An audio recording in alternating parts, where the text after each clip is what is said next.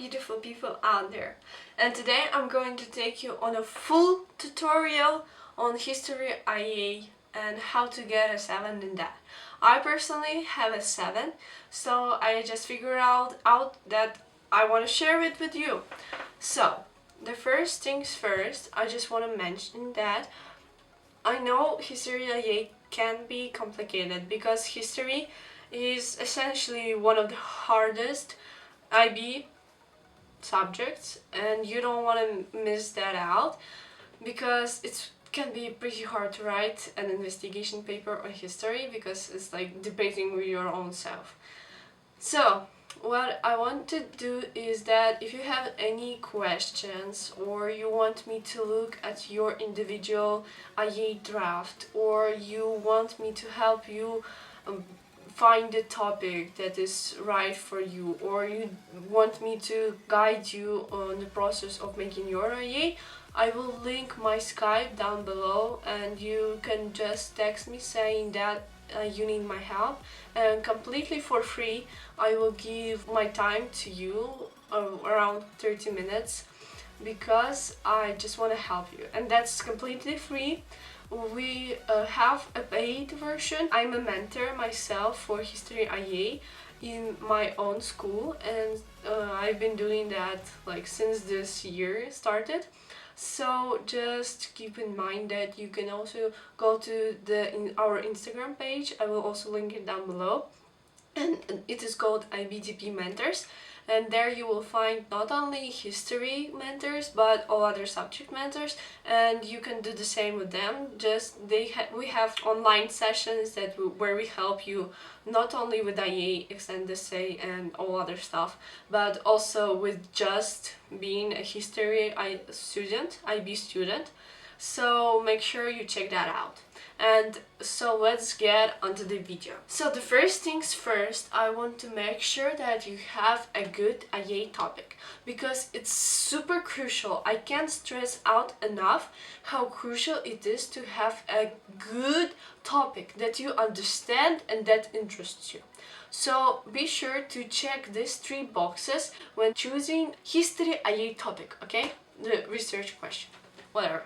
So the first things first, you want to make sure that it interests you, because I had an experiment with my extended essay.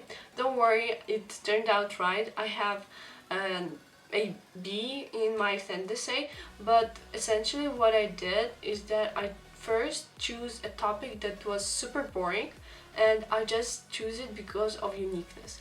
But it turned out that it's like super boring and I just couldn't stand my own work, so I ended up dropping that topic and found another, and I spent like a lot of time on that first topic, so it put me behind all of my group mates. So the second thing you want to do when choosing your topic is to make sure that this topic has already been briefly covered in your curriculum, and you just are going to expand it a little bit more.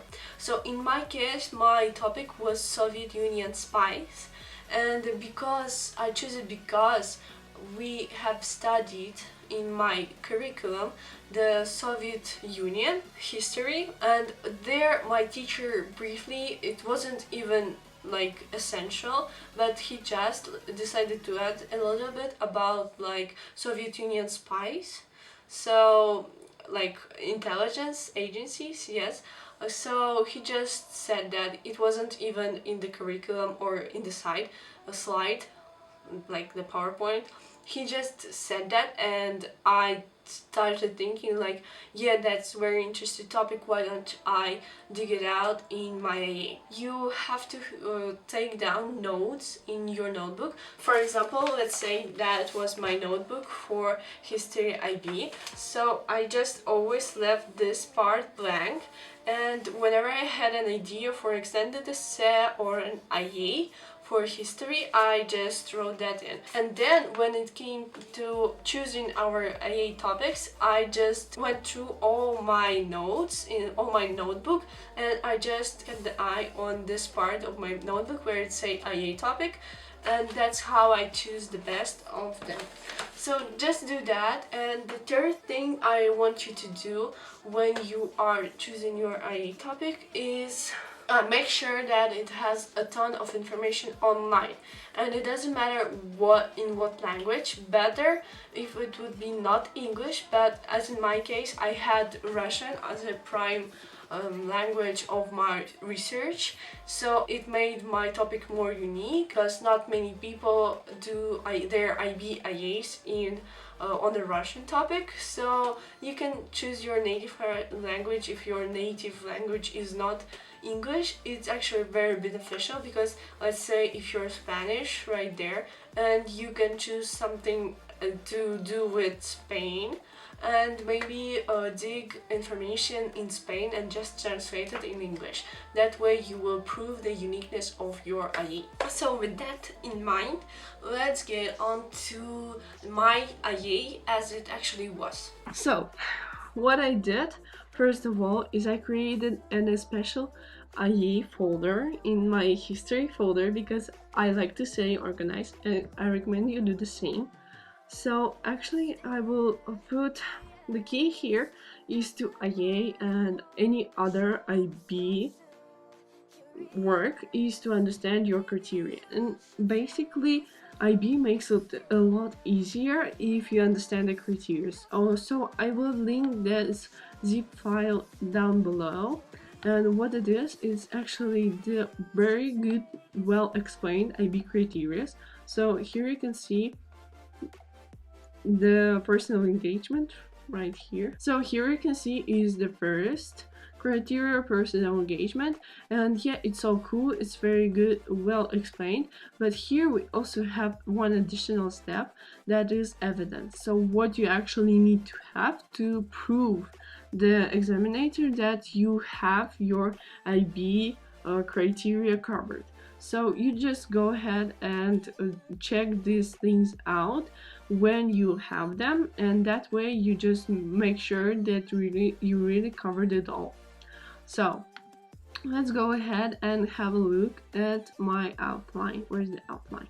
And this, I think your teacher should provide it, or if not, I will link it down below, the template. So the first things first you want to do is to go out and find yourself a topic. Then out of this topic, make a research question. And the best research question in whole history world is to what extent? Because history is such a debatable subject where you never know the truth as to what extent makes it the perfect IA or extended essay question, because you can have both arguments and counter arguments mixed up well. So first you're going to do is make a research question, and that's it. The only thing you're going to first touch in your IA. Yeah, so that is done, and then you're going to go on internet or books. Yeah, internet, books, whatever I'm trying to do. Magazines, interviews are very good interviews. Maybe find some professor in a local university who knows about this topic. I actually did this thing for my extended essay, and that really boosted my mark. So yeah, just go out there and find a lot of sources. And what I did is I created a special document, Word document, where I just cramped all the information that I knew about this subject. My subject is Elizabeth Bentley, who was Russian spy. What I did is just I copy pasted everything that I found in internet to this doc right here, and as you can see there is Russian also, because I found a lot of information in Russian. And also remember to always put the link to your doc, because then after we are finished with that, we're going to make bibliography, and I'm going to teach you all about in-text citations, because it was such a headache in my time that I didn't understand it for like the first year of IB, and I got a lot of marks down because of just APA citations. So don't worry guys, I will teach you all that. I just basically got all my information and slammed that in here, right? And don't worry about it being right or wrong. And what I also did is I had like quotes from books, and I also typed them in here. And as you can see here, I just went ahead and did like page 88, and this was from page 88, this like chunk here. So just slam everything that you can find on this topic right into this. And then when you're done doing gathering all your information, then you're going to go ahead, have your marker on, and you're going to go and just starting to point out the points that actually refer to your research question. As you can see here, I did a lot of that right here. So I did that, and then after doing that, I just went ahead one more time and found out like actually things that were like facts that answered my question. And like, yeah, I know we already highlighted a ton of things that answer the question, but now we break down it a little bit more just to compose those arguments. So what I did then, I got out my assessment proposal for IA, and that's, I think, the first thing you're going to fill out before you start doing your IA. So as you can see, the topic, student, then research question, then the concept, yeah, doesn't really matter, then the pause. Then you need to have 5 proposed sources that are super essential and that stuff. And then you have 2 additional sources. And really guys, it is super easy to make IA if you understand it all. So what I did after highlighting all that stuff and breaking them into an arguments, I had like 10 or 15 arguments and counter arguments, and I know that was a little too much. So I went ahead and eliminated and like cherry picked the best arguments and counter arguments, and I actually did that with a lot of arguments. Yeah, so I ended up having one argument with 2 examples. Well, I say that in the first argument, I say that she actually did this espionage, and in the first example, I say that what kind of espionage she did, and the second example is also like what kind of espionage she did. So we're just bringing up the examples, the evidence of her actually doing that. Okay, I think that's pretty understandable. And for every argument, you're going to have the counter argument, and in the counter argument, you're just going to say the counter idea that contradicts your argument. And what I recommend you do is you're going to have a lot of arguments and counter arguments essentially, and then you're going to cherry pick, pick the best ones. And I recommend you finding the arguments and counter arguments that have each other. You know what I mean? For example, don't take an argument that does not have a counter argument, because then your IA will suck, because there's not going to be like a debate in your IA, and it's going to be not so good. So what you're going to do after the first argument and first counter argument, do the second one, and the ideal is to have 2 arguments and 2 counter arguments. Then that will be like enough if you explain it very good and have a lot of examples.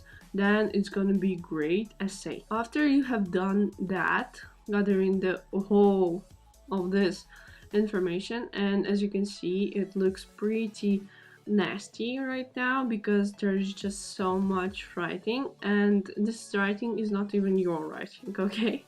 So what you're going to do is you're going to go ahead in the actual outline that you're going to submit to your teacher. You are going to write, or I don't know how it works for you, but my teacher put our as deadlines when we needed to submit the outline, the draft, and so on and so forth. And actually, a good thing is that will help you is to contacting your teacher all the time. For example, throughout the whole process of your writing an IA, just go to your teacher, sit down with him, and ask whether it's good or not. Okay. So here, when you're done with your nasty draft, here you're just going to contract all the ideas in 1-2 sentences to explain it to yourself and how you're going to write the actual IA.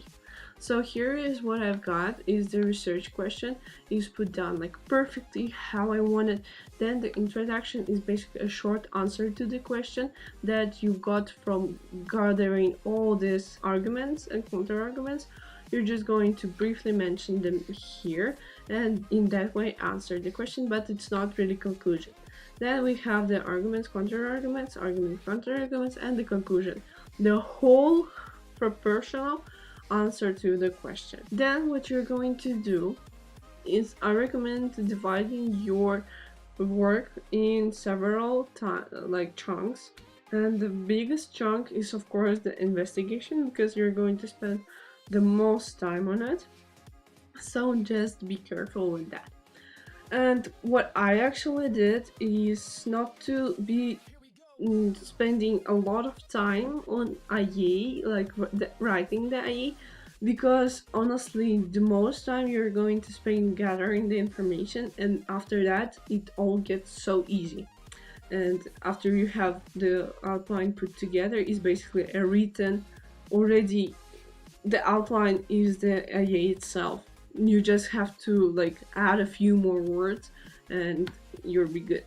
So the limit of words for IA is, I will actually show that to you. And what I recommend you to do, because the investigation part is going to take up a lot of your space, just make sure to keep it around 1300 words. That way you're going to make sure you don't go over the limit of words.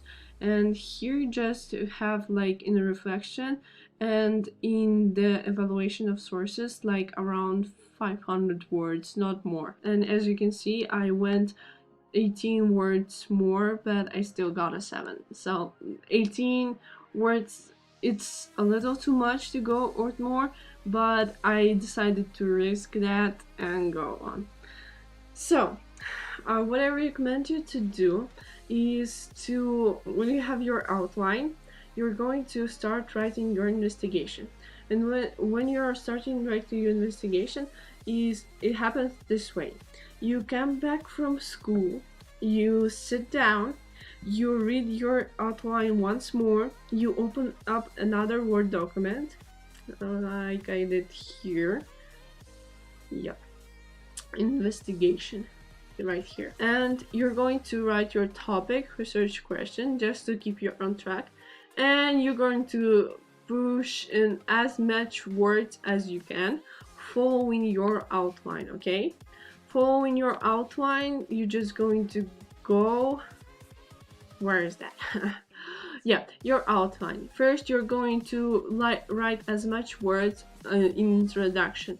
Then first argument, just as much words as you can, as much examples as you can, as much words as you can, okay guys?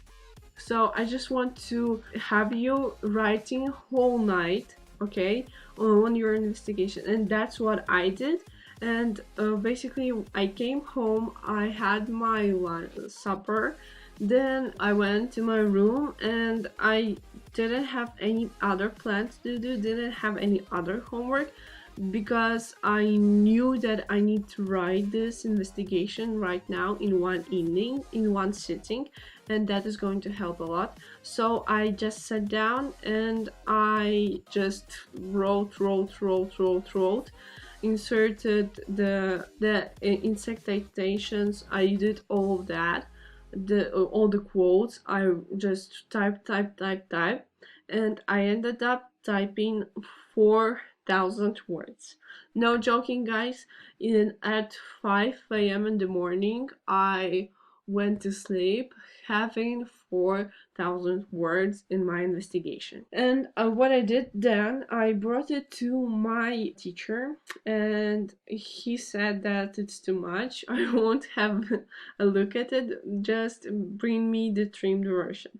So then I went and the other evening I trimmed that to, I think, like 2,000 words, and then I gave it to my teacher. He had to look at it, he edited it out a bit, and then we had this 106,600 words of pure and like the most important bits. And this, what this method brings you, like doing it one sitting, it's first of all won't distract you from your other subjects, because in IB you're super busy with all the other subjects. There's like a ton of works you need to do all the time. So just deal with that in one sitting and you won't have any other headache. Then what writing over the limit of words will give you is that when we talk like that and when we write, we usually have a lot of trash in our thoughts. So what this method of trimming down your word count will give you the purest, the most important things that you can have in your investigation, and it works the same with any other essay. When I did my extended essay, the maximum word count for extended essay is 4,000 words, right? And what I did is I had 6,000 words written essentially, and that's not even with the introduction and conclusion. So the body was only 6,000 words. So the trimming down literally made my essay so perfect, so that you couldn't really get into any sentence without knowing what it actually says. So okay, let's just read any sentence here in my IA. So for example, this sentence: however, this source cannot be completely trusted because it is produced in modern Russia, which possibly can have cultural bias as an offended nation. So here you can see the clear thought process is the little counter argument here. And here what this sentence gives us is gives the evaluation of source said before, and that's really important when you're writing an IA, so keep that in mind. Then we have however, it's the word that you will use the most in your IA or any other history essay.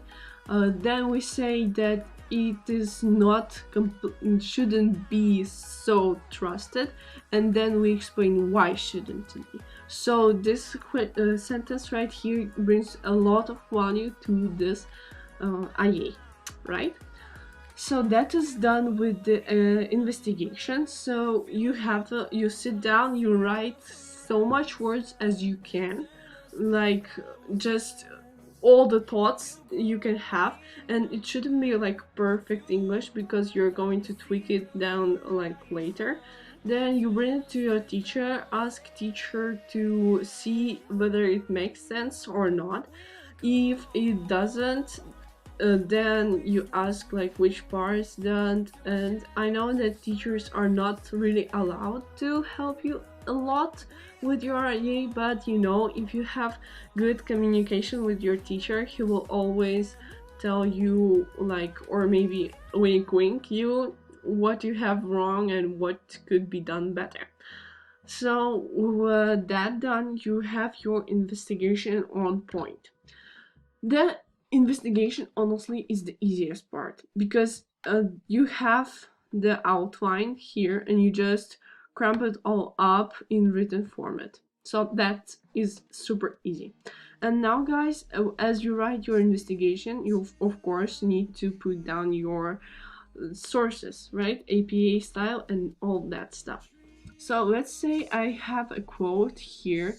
Let's say I just will say like, say it again, and let's say it's a quote, right? And then what we are going to do is we are going to go to this. I have the Russian version of our word, but you're basically going to go to here. It says like links, and you're going to have the links here. It will open up this thing here, and make sure you have an APA style. You're going to click on the plus, and let's say I want to have the book, and you're just going to write the name of the author. Yeah, and then you're going to write the book's name,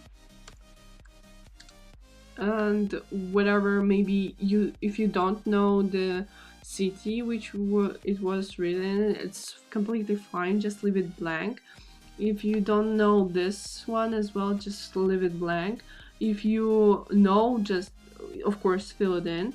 If you don't, if you know the year, just fill it in. Let's say I didn't know the other stuff, but I know that it was written in this year. So what we have here, and now we press OK, and as you can see, now we have the in-text citation right here. And whenever I do another quote, yeah, let's say that was my quote, I just double press on the link here that I want to insert, and it will make me an in-text citation. So after you're done with your investigation, you're probably going to write evaluation of sources. I don't know why that's said that. So evaluation sources, I will leave all the templates down below, so if your teacher doesn't give you the same one and you find this one very easy, because I do, you just going to copy it. And this my teacher didn't give me to, I don't remember, it's editing Amina right here. And actually I now remember the thing, I made this templates based on the criterions that we had. So my teacher didn't give it to me. I did this table based on whatever I needed, like to be sure that I followed all the criterions. I did that table to cover all the criterion steps, so that will work. So what I did is I had this little table right here. I always write down the research question, because it's like the most important thing in your extended essay, IA, just to keep your focus on your research question. In the evaluation of sources, you're going to evaluate 2 sources, no more. Well, actually, investigation sources is pretty hard to do. And yeah, out of all those 3, like the investigation and evaluation of sources is the hardest part. Here, you're just going to write the source to so that it will be easier for you to make the in-text citation out of it later on when we need the bibliography. Then you're just going to write whether it is secondary, primary or secondary, and the best if the sources are like different. For example, here I have a book, and here I have an online like archives, the testimony of Elizabeth Bentley, that is online resource. So here we have it is the secondary source because it's book about her, and here it is a primary source because it's like her testimony, the record of her works. Then you're going to write how is this significant to the investigation. So basically you're answering the question of how beneficial it is for the historians who use this source to answer the question. Okay, so basically you're just going to answer a question of how important was it to your investigation. So OPCVL, you will see it everywhere, especially on your exam when you have the section when you need to evaluate the source. You're just going to write the OPCVL, and what O stands for is the origin of the source, P is the purpose, and C is the content,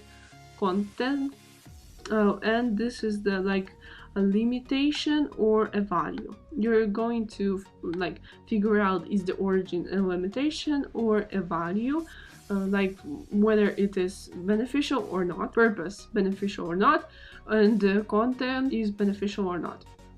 So yeah, let's start with this. So as you can see here, this book, and I said that I wrote a lot things about this. Of course, I didn't include it in my final evaluation, but writing a lot and all the thoughts that you have about one thing really helps you out to expose the main points. So for origin of the thing, I first wrote the actual origin and then started evaluating it. So this was like the author, year, the publishing place. See here, I just evaluate the helpfulness, the beneficialness of the origin. Then it happens the same with the purpose, and the purpose of the source is always either to entertain, inform, or persuade. These three come from my English classes, so keep that in mind. It helped me a lot in my history to evaluate the purpose. So you identify, was this book's purpose to entertain? No. Was it to inform? Yeah, probably, yeah, most of it was. Convince? Probably yes, because the author had her own opinion written in the book that Elizabeth Bentley was a spy, and that her testimony does not say anything about who she was. Shouldn't have been forgiven for all the crimes that she did. So that was the author's claim in this book, and of course that was benefit to my investigation, because we actually see to what extent did Elizabeth Bentley, and authors see in the purpose actually says that Elizabeth Bentley was not was beneficial to the Soviet Union, and she was actually a spy. When you do the content, you just say about like all the details that have, you basically evaluate what the book has or a source has. Let's see here. Even though Elizabeth Bentley's testimony is a pure evidence to the fact that she betrayed the Soviet Union intelligence by revealing them to FBI. Consequently, it can be directly used to support the contrargument in my investigation, where I claim that she did not benefit the USSR. So the content of this source is very beneficial to my investigation, because it directly answers the question. And here I just want to point out, guys, that always use like these phrases, even though, consequently, because, however, foremost, and those words for the support of the other sources. You can write just the connection with other sources, and I had like has extracts from testimony. So here, just the support of other sources, you connect this source with other sources that you have in your investigation, and in my case I connect them both, like these two resources, but you can connect it to other resources that you have in your IA. So here I said that the book, of course, it includes the testimony, because the testimony is actually one of the most important documents that this topic has. It sounds like straightforward, but you really want to be very evaluative here. Use your critical thinking as much as you can, because they're really going to look at your evaluation and explanation of sources. So be sure to write a lot about every resource and about every like OPC here, because it will help you out tremendously. Then, as you can see, I started writing and writing and writing. Here I have 657 words written down for evaluation and explanation of sources, and in the actual in my actual IA I have 700 words, so I added up a little bit. So as you can see, there's just a lot of writing you need to do in order to really explain and evaluate your sources. If you have any other questions, because I try to be as detailed, but if you have other questions, just put them in the link below. So with that being said, I think the evaluation and explanation of sources is pretty straightforward. Just be careful to write a lot of details, and just write a lot, and be actually like, don't just put water in your words. Make sure that every single sentence makes sense and adds value. That is very important in IA, because you don't get a lot of word reflection. Reflection actually was very hard part. I wouldn't say that it was harder than evaluation of an explanation of sources. So my reflection, consists of, yeah, so here I just did a brief like content of how I'm going to work on the actual IA. You see the title page and other components that you need to have. The maximum is 2,200 words. The Arial front 2 double size center aligned. Center aligned means that you just double tap, and as you can see here, this means, no, let's better show it on the real thing. You double tap, okay, and you see it is center aligned. This is center aligned, okay guys? You don't want to mess it up, because that is very, very important stuff here. So for the reflection, I had, you see, the October 21st midnight, I did all the parts in one chunk, in one sitting. So I just type whole night long. So here I wanted to make sure that I have at least 400 words, and my reflection made about 400 words, I'm sure. So the thing I wanted to answer in my reflection is that what the investigation highlighted to the student about the methods used by the historians. And the methods used by the historian is like such a complicated thing for me. At least, I don't know, I just couldn't understand it until my teacher like repeated it 50 times and explained it to me 50 times. I used to come just for him, to him, and sit down there for hours, and he would explain me what are the methods used by the historians, and I was like, no, I don't get it. So that thing really makes me angry right now when I look at it. Oh, I'm so angry at this, because I just couldn't understand it. It's good for you if you do understand it. And again, guys, as I recommend you doing, is to put out the main things about the criterion. So what I actually did is I took this IA requirements, and what I did is I took the things from here, the main things from here, and I added them up to here to make like the best points, to make sure that I cover the criteria. And so the points here was like this question: was the investigation highlighted to the student about the methods used by the historian, awareness of challenges faced in the historian, limitation of the methods used by the historian, and connection. So what you want to make sure is that you answer all of these things in your reflection right here.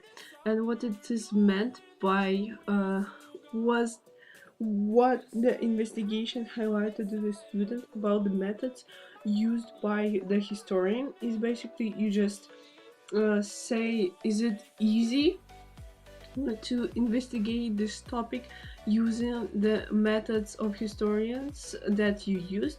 The methods of historians is like I used books, right?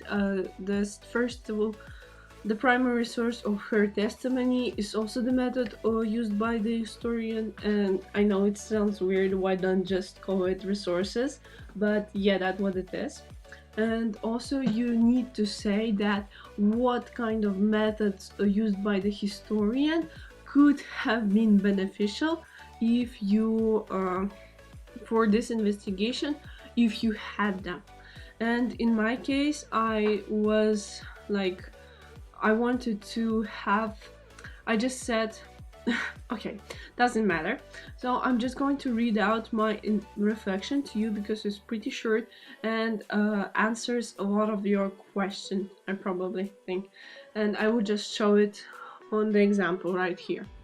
So I start my reflection saying, during the work on my investigation, I discovered that historians may face a lot of obstacles while researching a topic, especially the spy in history during the Cold War, because it is one of the most hidden topics and was covered from the public until USSR collapsed in 1991. That is why it will never be possible to state surely to what extent Elizabeth Bentley was beneficial to the USSR. So, as you can see here, I do two main things here. I first of all say that I discovered what I discovered as after doing this investigation, what I took it to myself, right? Like what knowledge I gained to the student, right? What I highlighted from this work is that I highlighted that it was pretty hard to work on this topic, on a hidden topic, and then I explain why it is a hidden topic. And the second thing is I say that it is what the main thing I got out of this investigation of this IA is that it would never be possible to surely answer this question because of the the specificity of this topic, that it was hidden in USSR, all the documents were hidden away, and that I state as a difficulty for the historian. Do I make sense? The second sentence is I say, for example, and you have to have a lot of examples in your reflection right here. Mostly you talk about the nature of the resources. So you say, I say that the testimony of Elizabeth Bentley generally is a reliable primary source. Yeah, I agree that it is a reliable primary source. As I evaluated it in my evaluation and explanation of the resource. But then I say, despite that, it may never be fully convinced enough that she had said all the truth about herself, her beloved man, and her colleagues. So then I say, but it also can do this and that. So I just basically summarize what I said about this resource in my evaluation and explanation of sources. There is no doubt that there are plenty of resources about this topic, but what I have noticed is that most of the information about Elizabeth Bentley is constantly repeated. Here I point out the difficulty of a historian that he may have during the research of this topic. The awareness of challenges facing the historian, so it is covered here. Then I even know that most of information on the internet is coming from the Red Spy Queen, a biography of Elizabeth Bentley, as it is the most full and detailed resource.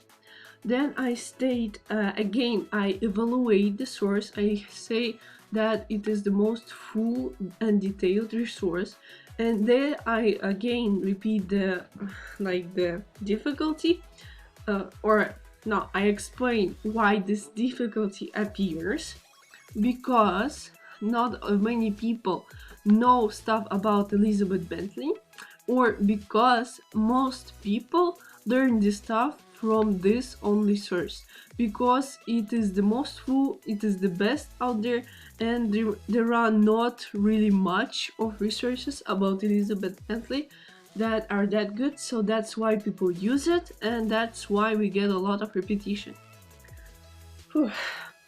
Therefore, for an investigation, it would be extremely valuable to conduct an interview. Here I state the problem that there is not enough resources on this topic that are unique, because most of them repeat. That is a problem. That is that is a problem for a historian, right? You want to state that, and then you want to state how would you solve this problem. That it may have been very beneficial for this investigation to conduct an interview with an expert on that topic, like Catherine Olsmet. Catherine Olsmet is the author of Red Spy Queen and the writer of the book. Unfortunately, it is hard, and then you say again like why this solution of the problem is impossible. And here in History IA, I know it sounds like, why would you do that? Like, why would bring a solution to a problem if this problem is if this solution is impossible to execute? But History IA is all about that, and especially evaluation and investigation of sources. That's complicated. So you just imagine things and then you disprove things. It is hard to find such an expert in Astana. That's where I'm from, like where I studied, because of the topic specification. So you need to state that how it would be beneficial, like the ways to make it easier for a historian to find quality resources about this topic, and then you say why you don't have this topic on your hand in your extended or IA. Then you say that however it's possible to investigate the importance of Bentley if dedicating enough time for research on credible resources and the deduction from the more general theme of Soviet spies of the specific case of Elizabeth Bentley. And here I'm talking about the book I read about the general Soviet spies. Well, I didn't actually read the whole book because there were too much things that were not related to my topic, so I just found a bit about Elizabeth Bentley and I talked about it in my IA. So here I say that it is possible to do an investigation, but it is not as good investigation, and that's why will never be possible to state surely to what extent she was beneficial or not, because of a limitation I had and other historians also do have. So it would be useful to first understand the rules established in organizations where she worked, and then the intentions of her boyfriend, and then if connecting it with her actions, her motives do become clear. So here I state like the method I used to do this IA, this investigation. So first I gathered the general stuff. You can see useful to first understand the rules established in the organization she works and the intentions of her boyfriend. It's like the general stuff about her bibliography. Then and then connecting it with her actions, then like pointing out that you actually did a process of connecting things and actually thinking critically, and then her motives become clear. Then you understand was she useful to USSR or wasn't, and that is what you say in the not the last sentence but close to last sentence of your reflection. And then what you do is to conclude your reflection, you say, after understanding her motives, actually the actual method, you continue with the method of how you did your IA. After understanding her motives, it will be easier to judge the effectiveness of Elizabeth Bentley actions. So again, here, judge the effectiveness of Elizabeth's actions. It is referred to the where is my question? The research question, actually about her effectiveness to the USSR, to her benefit to the USSR. You put it here, how you did that, and relation to your research question. And by discussing is what you do your entire IA, that it will be possible to answer a question about her benefit to the USSR. So here in the last two sentences you actually point out the method how you wrote your IA. First you gathered the general information, then you connected with her actions to see out her motives, right? And in your specific IA it will be different for everyone, but basically you gather the general stuff, then you decode it and decode it even more, and then with that decoded information you answer the question. So that is it with the reflection. And really guys, for me reflection was like I wouldn't say the hardest part, but it definitely was hard, very hard for me to write it, because I just I'm used to write reflections like yes, I really enjoyed that and that was cool, but history IA reflection is not the similar as any other reflections you will write in IB, so don't count on your previous knowledge about reflections. And I think that my explanation of it was clear. Let me know in the comments down below, was it or not. And I really want to help you guys out as much as I can, so comment down below any questions you have.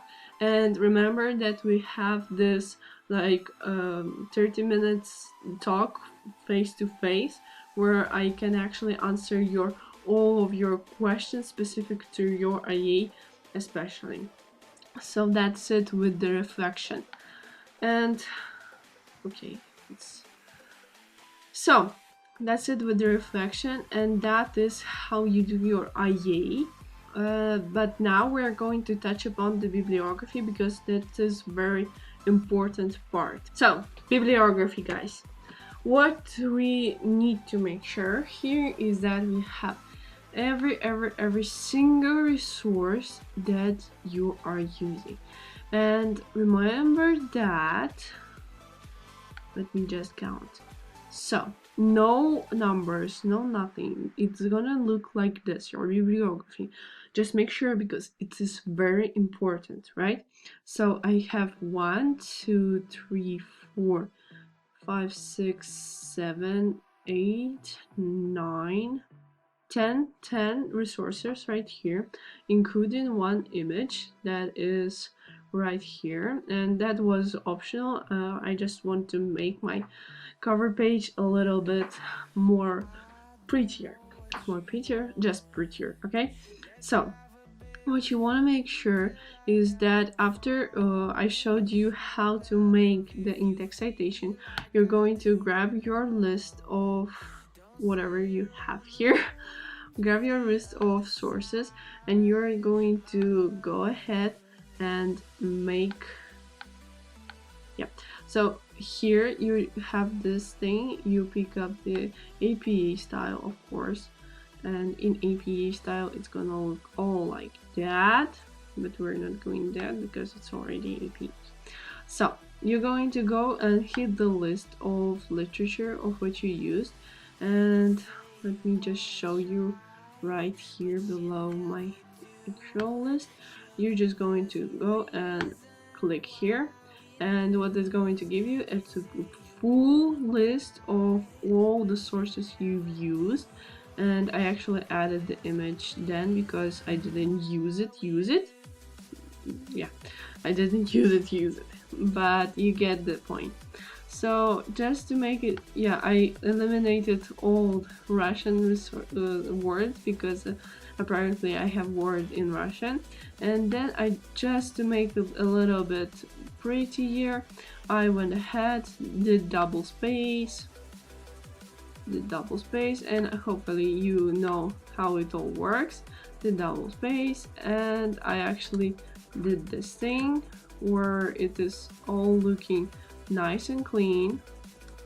No, I actually did like that, and boom, and you have yourself a bibliography. That's it. That's just easy. Just make sure you don't miss any of your like resources that you use. Just make sure you do all the in-text citations, because it's crucial, guys. Super crucial.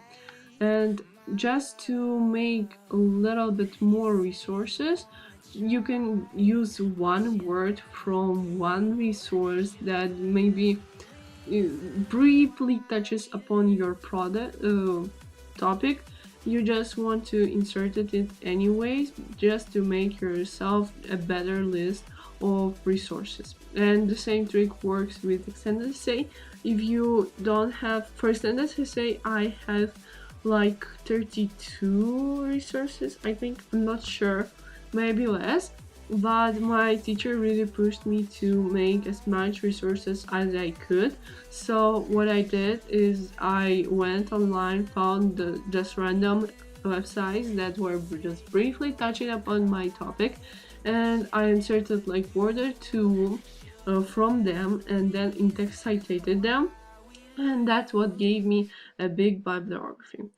So that's it, guys, and now I'm going to talk to you about how you're going to put your IA together, because the total look of it's very important, the outlines and all that stuff. First, you can see here I have the topic right here, the research question right here. Then I have this like line. Then the picture, it is optional, but if you are going to insert it, make sure you have like an in-text sort of in-text citation, just pointing out what image, and then in the bibliography you point it out and you say where you got it. Then you say International Baccalaureate History Internal Assessment, the word count. And then on the next page you do the table of contents. Table of contents is also pretty simple to do. You just go to let me just figure it out. So you go here, you put the title page, and there you have it. No, it's ruined my table of content. Apparently you can only have table of content once, and yeah. So what it will give you is basically whenever you have your evaluation of sources, if you move it, so just check it out. I have the evaluation sources on third page right here. Yes, and if I move it from third page to the fourth page, it is going to not, it didn't, but yours will. It should change it right here. So apparently I did some other changes to it, that's why mine is not working, but it should change the pages. So just make sure that after you got it all together, your IE, just make sure that the evaluation, the content here matches the page. It's very important. So then you just want to add your sections one by one, and as I already said, you're going to use this type of heading, and 2.0, the space between lines, and you're going to use Arial 12. Yep, Arial 12. Some people say that you can use Times New Roman, but I never did, and I just not really sure on that, but I think you can ask your teacher if you want, but I just recommend sticking to the Arial. There is no problem with that. You're going to point out the sections right here, and just so that it makes the thing here, you're going to go and put down, or not,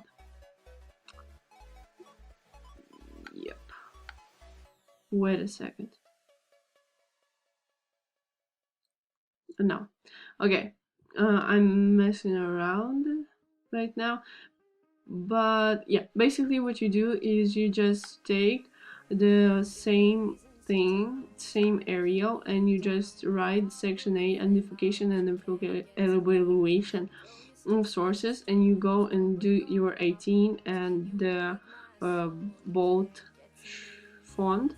Then you're going to do the same for section B and section C. And here, guys, you want to make sure that you have everything on separate pages. Your cover page is one separate thing. Your table content is the second separate thing. Your section A starts from a separate page, new page, and where it ends, as you can see, here I just have 2 lines, so I could have fitted in the section B, but it's against the rules, so you go to a new page and you insert it right there, and then you go and again new page and you insert your section C, and bibliography is also a new page. So guys, here I just want to make sure you get the things, like things, I don't know how to call it, but in Russian it's pala. I'm not sure. I'm sorry, I forgot. Here you just, yeah. Where are the things? Yeah. So here, see. I had from the top 2 centimeters, from bottom 2 centimeters, from left 3 centimeters, and from right 1.5 centimeters. And here in the I don't know, from here you just say 1.2. Just basically copy all the parameters here and press OK, and it should work just fine, as IB requires you to do. Then the other very important thing is numbering your pages. The number of your page should be in the right bottom right corner, and it's very specific that you do it this way. Okay, so to do this, you go ahead and where's that thing? Okay, I'm sorry guys, I'm a bit stupid.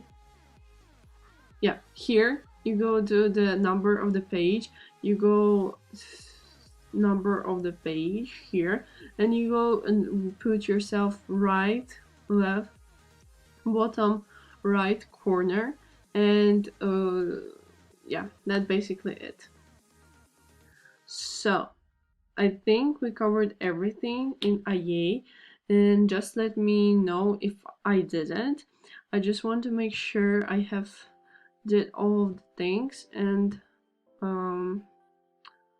yep, I think we did everything. Yeah, moderator's comment, it is from it is the comment of the examiner that assisted an example that I used to make my IA. So yeah, I think that is it, guys. So just make sure you have all the things I talked about here. I'm going to leave the criterions and the zip file down below, so you can actually go ahead and explore what I am giving to you. I finished my IB this year, so after the exams it is eligible for me to put all my stuff online. But make sure you don't do it if you're still in IB school. Don't do it, because then they are just going to cancel you and prohibit you from doing your exams, and you really don't want that. So I'm just putting all my stuff online because I have already graduated. So remember that we can have a personal one-on-one talk if you want, of course, and go ahead and check out the Instagram page of our mentor group, where you can find not only history mentors but all other matters. And stay tuned for all your English A students. I will be making a similar video explaining how to write your English IA. Thank you guys for watching, and goodbye.